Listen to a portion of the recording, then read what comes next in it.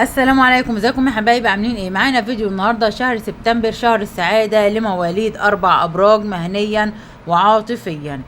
يلا بينا حبايب قلبي.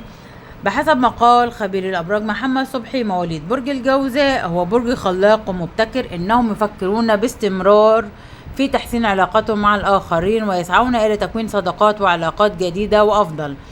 مهنيا، تكتشف الآن أن الأهم مما تعتقد هو تقدير المشاكل والمخاوف التي يواجهها مرؤوسك، لأن معالجة هذه المخاوف قد تكون مفتاح نجاحك. مواليد برج الثور من الأبراج المبدعة التي تسعى دائما إلى تقوية العلاقات وبناء الروابط الخيرية وتوسيع دائرة الحب بينهما.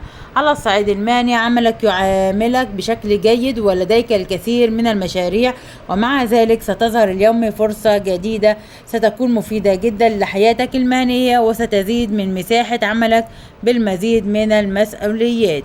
مواليد برج الميزان من الأبراج التي تنعم بإعادة علاقات جديدة، ويمتلكون سحرا طبيعيا يجعلهم محط أنظار من حولهم. يمكن أن تكون هذه الفترة فرصة مثالية لتحسين العلاقات الحالية أو بدء علاقات جديدة مليئة بالتفاهم والتوازن.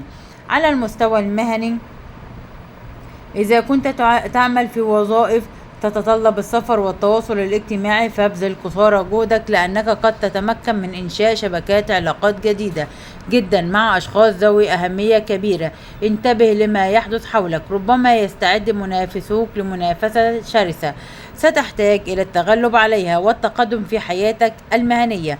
مواليد برج العذراء من الأبراج التي ستتحسن دائرة علاقتها خلال الفترة القادمة، وعليهم أن يجتهدوا في استثمار وقتهم بكل ما هو جديد ومفيد. على الصعيد المهني، من المحتمل أن تتلقى اليوم نصائح مهنية قيمة من شخص مقرب منك، وإذا استمعت لهذه النصيحة فمن الممكن أن يكون لها تأثير إيجابي للغاية على مستقبلك. وبكده حبايبي يكون ده الفيديو بتاعي. مش تنسوني في اللايك والشير والسبسكرايب وتفعيل الجرس علشان يوصل لكم مني كل جديد، وعيلتي الصغيرة تكبر بيكم يا أحلى متابعين ومشاهدين القناة. ولغاية ما ارجع لكم فيديو آخر، أسيبكم في رعاية الله وأمنه، والسلام عليكم ورحمة الله وبركاته. لايك وشير وسبسكرايب لشهر سبتمبر، شهر السعادة لمواليد 4 أبراج مهنيا وعاطفيا. يا بختك لو كنت منهم. مواليد برج الجوزاء، مواليد برج الثور، مواليد برج الميزان، مواليد برج العذراء. لايك وشير وسبسكرايب، وما تنسوش تفعلوا الجرس.